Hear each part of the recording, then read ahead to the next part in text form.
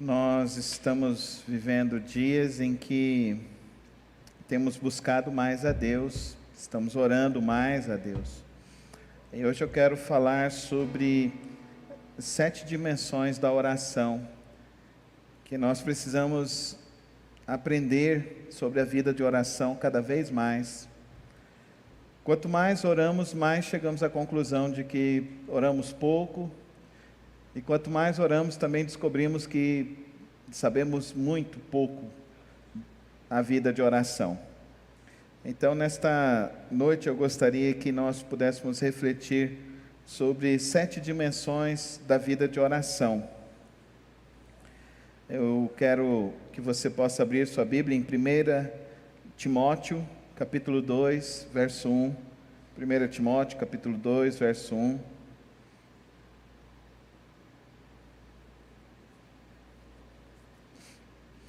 Que bom, Carlos, Edilane, Lulu, nosso amigo também. Que bom que vocês estão conosco. Estávamos com saudades. Tudo em paz. Amém.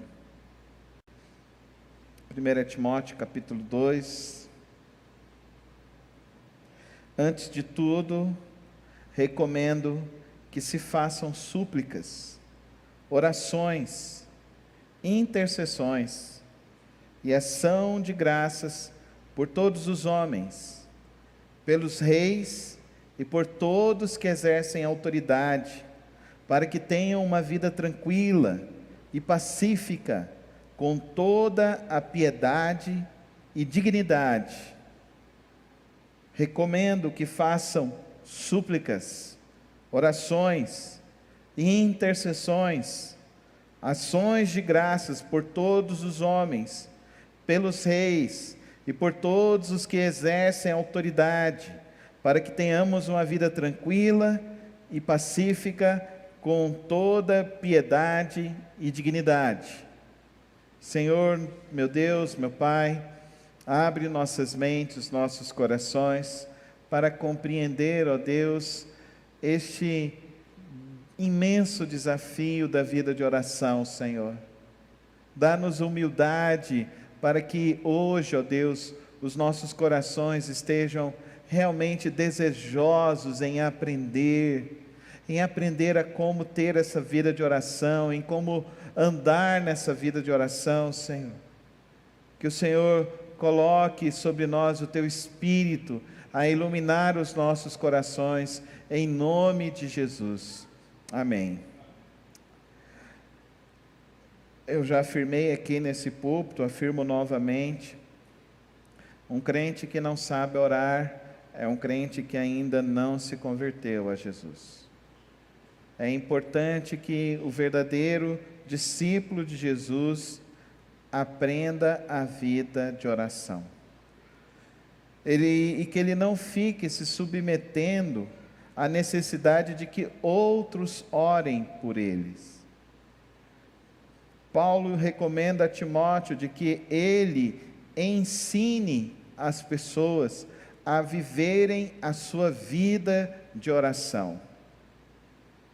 E muitas pessoas cristãs não acreditam que suas orações têm valor e têm poder. E infelizmente vivem uma vida de oração extremamente pequena e vazia, porque não tem um ingrediente essencial, que é a fé. O ingrediente essencial de uma vida de oração é a fé. Paulo escrevendo a Timóteo, Paulo já está preso em Roma, Paulo já está sofrendo as penúrias da prisão, e ele recomenda ao seu servo, ao seu discípulo, que ore por aqueles que são os governantes, por aqueles que estão no Império Romano, que são aquelas pessoas que Paulo está preso. Paulo sofre então quarentenas de varas, porque ele pregou o evangelho e ele é acusado então de baderna. E César Augusto acusa então os cristãos e acusa Paulo de ser um daqueles que colocaram fogo em Roma. Então você imagina isso. E mesmo assim, Paulo em seu coração, ele diz para Timóteo para que ore pelos reis, pelas autoridades, para que possamos ter uma vida tranquila e piedosa. É a vida de oração que nos faz conhecer as experiências mais profundas do Evangelho. É a vida de oração que nos faz conhecer mais do perdão do Senhor. É a vida de oração que nos faz conhecer mais do amor de Deus, da graça de Deus, do cuidado de Deus sobre nossas vidas. E é muito triste, porque muitos cristãos não conseguem orar, porque não conseguem perdoar, porque não conseguem ter fé na graça, na bondade, na misericórdia do Senhor, o nosso Deus. Que isso não seja na sua vida, meu irmão, minha irmã, mas que o nosso desafio seja então entender desse se derramar diante de Deus. Vamos comigo lá em Mateus capítulo 6, para que eu e você possamos aprofundar um pouco mais sobre a oração, sobre a dimensão da oração. Mateus capítulo 6, do verso 5 e diante, o Senhor Jesus dizendo assim em seu sermão da montanha: e quando vocês orarem, não sejam como os hipócritas, eles que gostam de ficar orando em pé nas sinagogas e nas esquinas, a fim de serem vistos pelos outros. Eu lhes asseguro que eles já receberam sua plena recompensa. Mas quando você orar, vá para o seu quarto, feche a porta e ore ao seu pai que está em secreto. Então seu pai que vem em secreto o recompensará. E quando orarem, não fiquem sempre repetindo a mesma coisa, como fazem os pagãos. Eles pensam que por muito falarem serão ouvidos. Não sejam iguais a eles, porque o seu pai sabe do que vocês precisam, antes mesmo de o pedirem. Vocês orem assim: Pai nosso que estás nos céus, santificado seja o teu nome, venha o teu reino, seja feita a tua vontade, assim na terra como no céu. Dá-nos hoje o nosso pão de cada dia, perdoa as nossas dívidas, assim como perdoamos os nossos devedores. E não nos deixeis cair em tentação, mas livra-nos do mal, porque teu é o reino, o poder e a glória para sempre. Amém. Pois se perdoarem as ofensas uns dos outros, o Pai Celestial também lhes perdoará. Mas se não perdoarem uns aos outros, o Pai Celestial não lhes perdoará as ofensas. Eu comecei lá em Timóteo para mostrar que a primeira dimensão da vida de oração, queridos irmãos, é um exercício de fé. É um exercício de fé, de orar inclusive por aqueles que vos perseguem. Na segunda dimensão, aqui em Mateus, nós vemos então a dimensão de entrar em intimidade com o Senhor, em intimidade com Deus, de intimidade de se derramar diante do Senhor. Nós precisamos olhar para o Pai Nosso, não como uma oração para ser repetida, mas como uma experiência para ser vivida. E quando eu falo de uma experiência para ser vivida, é que ele chama Deus de Pai. Ele chama ele de paizinho próximo. De paizinho que ele sabe que é santo e que então existe uma separação entre os homens e Deus, porque não pode entrar o pecado na presença de Deus. Então o Pai Nosso, no desejo de que a santidade de Deus venha sobre nossas vidas, No sentido de que desejamos então, na nossa vida de oração, não desejamos viver a nossa vontade, mas desejamos viver o reino dEle, a vontade dEle em nossas vidas e no mundo onde já vivemos. No sentido de que entendemos que toda a provisão vem da mão dEle, o pão de cada dia Ele pode nos dar e nos garantir hoje. No sentido de que não vivemos simplesmente uma esfera intelectual, de filosofia de vida, mas no sentido de que temos uma prática. Nós perdoamos porque fomos perdoados. Nós perdoamos porque nós entendemos que nosso pecado levou Cristo Jesus à cruz. Nós oramos pedindo a proteção porque sabemos que Ele é quem pode nos livrar de todo mal. Nós oramos confiados de que tudo está nas mãos dEle, porque Ele é o Todo-Poderoso. Isso é entrar em intimidade, isso é se desfazer do que nós pensamos. Mas o texto também, outro texto que nos ajuda a compreender a outra dimensão. A primeira dimensão é orar com fé, a segunda dimensão é entrar em intimidade. Um outro texto que nos ajuda então a compreender essas dimensões da vida de oração se encontra em Filipenses capítulo 4, verso 6. Não andeis ansiosos por coisa alguma, mas em tudo, pela oração e súplicas, e com ações de graças, apresentem seus pedidos a Deus. Eu começo dizendo que oração é o exercício da fé, e em segundo eu coloco que a dimensão da vida de oração é nos levar em intimidade com Deus, e eu digo que na terceira dimensão é levarmos nossas súplicas, nossas necessidades a Deus.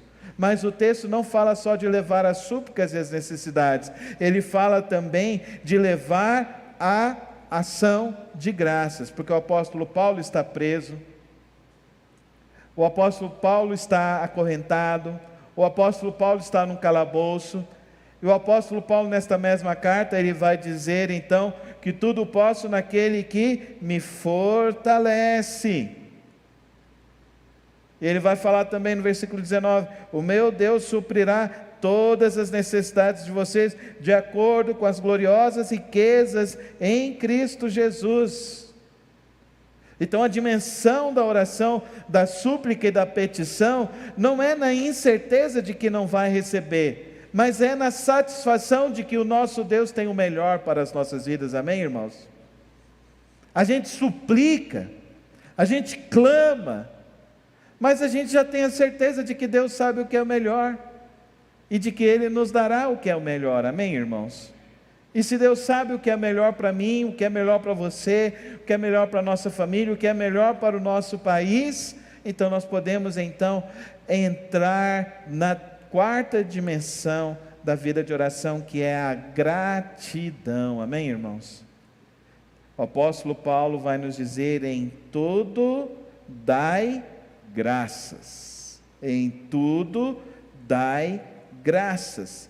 Mas vai comigo lá em Colossenses 4:2 e veja sobre essa dimensão da gratidão que o apóstolo Paulo nos diz. Olha o que ele diz aqui, 4:2, dediquem-se à oração, estejam alertas, e o que, irmãos? Sejam o que? Agradecidos. Dediquem-se à oração, estejam alertas e sejam agradecidos. Você agradeceu hoje a Deus? Até mesmo a sua luta, a sua dificuldade?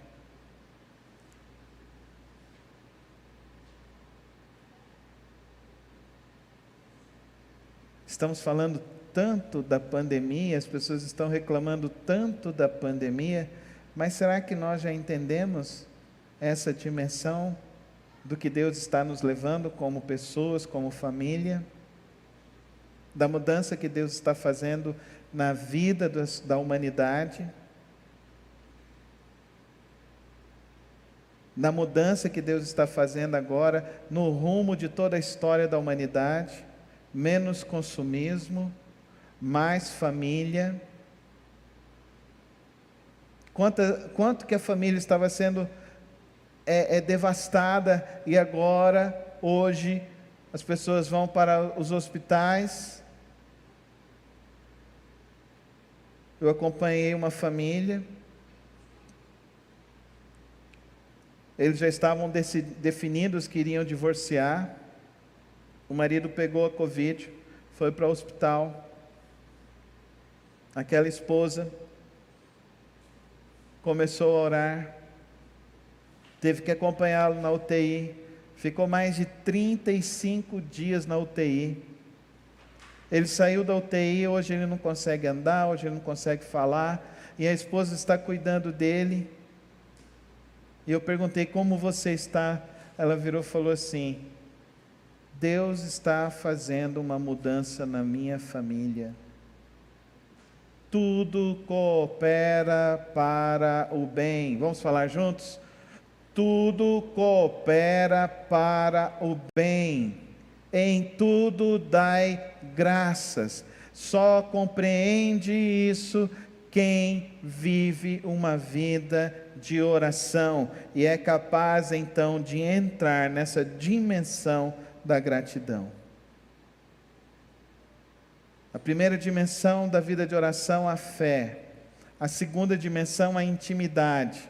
A terceira dimensão, a confissão, a súplica diante do Senhor, a súplica diante do Senhor. A quarta dimensão, a gratidão. A quinta dimensão, nós vamos conseguir então aprender a louvar a Deus. Isaías 12, 4 e 6. Abre a sua Bíblia lá em Isaías 12, 4, do verso 4 ao verso 6. Naquele dia vocês dirão: louvem o Senhor, invoquem o seu nome, anunciem entre as nações os seus feitos, e façam-nas saber que o seu nome é exaltado. Cantem louvores ao Senhor, porque Ele tem feito coisas grandiosas. Sejam elas conhecidas em todo o mundo. Gritem bem alto e cantem de alegria, habitantes de Sião, pois grande é o Santo de Israel no meio de vocês. Qual o contexto? Israel está sofrendo o ataque da Síria. Israel não tem a força para vencer o rei assírio. O rei assírio vem, começa a dominar, e aqui então Deus diz para eles que eles precisavam aprender a louvar. E eu acho que o momento que é mais difícil de louvar é no momento da dificuldade. Mas é no momento da dificuldade que nós verdadeiramente louvamos a Deus. Porque o louvor surge das experiências internas, das experiências de oração, das experiências de invocar o nome do Senhor. O verdadeiro louvor então surge dessa experiência que você foi levado pela fé, em intimidade com Deus, em você se derramar em súplica diante do Senhor, em você começar a agradecer a Deus, e assim você começa a louvar a Deus. Mas chega um momento em que nós realmente vamos entender a maior experiência da vida de oração. A maior experiência da vida de oração está lá no Salmo 51. Abra sua Bíblia lá comigo. Salmo 51. Essa é a maior experiência da vida de oração. É a sua confissão. É quando você já está diante do Senhor, percebeu que agora você já não tem mais nada para falar, e aí você consegue entender que o que está errado não é o que está ao seu redor. O que está errado é que a sua alma não se satisfaz em Deus. O que está errado é que o seu coração não se satisfaz na presença do Espírito. É que a tua vida não se enche da verdadeira alegria do céu, porque você aí agora você já entendeu que o que está errado não é o mundo, nem as coisas que estão ao seu redor, o que está errado é você mesmo. A verdadeira vida de oração nos leva à confissão dos nossos pecados a Deus. E aqui está no Salmo 51. Tem misericórdia de mim, ó Deus, por teu amor, por tua grande compaixão, apaga as minhas transgressões, lava-me de toda a minha culpa e purifica-me do meu pecado, pois eu mesmo reconheço as minhas transgressões e o meu pecado sempre me persegue. Contra ti, só contra ti pequei e fiz o que tu reprovas, de modo que justa é a tua sentença e tens razão em condenar-me. Verso 12: devolve-me a alegria da tua salvação e sustenta-me com um espírito pronto a obedecer. Quando entramos nesse caminho de buscar a Deus, se nós não mergulhamos no caminho da confissão dos nossos erros, do nosso pecado, das nossas transgressões, nós não conseguiremos desfrutar da alegria do céu sobre as nossas vidas. É pela via da oração que vamos experimentar as coisas maravilhosas de Deus, o suprimento para o dia a dia, o fortalecimento no meio das angústias, a libertação no meio das opressões e das perseguições. É no mergulhar da vida de oração é que vamos de fato experimentar a maior satisfação da vida de oração, que é conhecer a Deus, conhecer verdadeiramente a Deus. Filipenses 3:8 nos ajuda nessa compreensão. Filipenses 3, verso 8, nos ajuda a entender isso. Ele diz: mais do que isso, considero tudo como perda, comparado com a suprema grandeza do conhecimento de Cristo Jesus, meu Senhor, por quem perdi todas as coisas e as considero como esterco para poder ganhar Cristo e ser encontrado nele, não tendo a minha própria justiça que procede pela lei, mas a que vem mediante a fé em Cristo, a justiça que procede de Deus e se baseia na fé. O verdadeiro caminho da oração é o caminho da fé. Ele começa pela sua fé e termina na sua fé.